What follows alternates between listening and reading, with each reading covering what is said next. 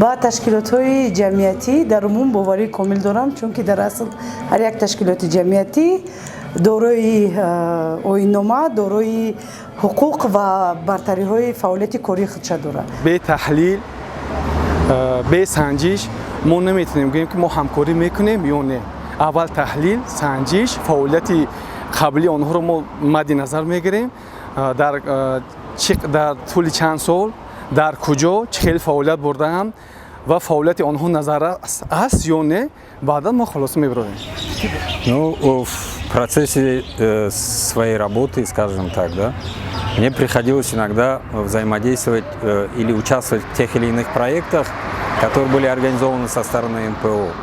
И там, где я видел, то есть, что необходимо делать, для кого это делается, я непосредственно сам, где участвовал, естественно, таким проектам и таким организациям я доверяю. Масалан, беҳад кори хуби анҷумани ташкилотҳои ҷамъиятӣ доир ба кор кардан бо ҷавонон дар Тоҷикистон бисёр боиси ифтихор аст, чунки ин анҷуман ҳисобот талаб мекунад. Ин гуна анҷуманҳо шаффофияти кори ташкилотҳои ҷамъиятиро баррасӣ менамоянд ва дар баробари назорат ҳам мекунанд.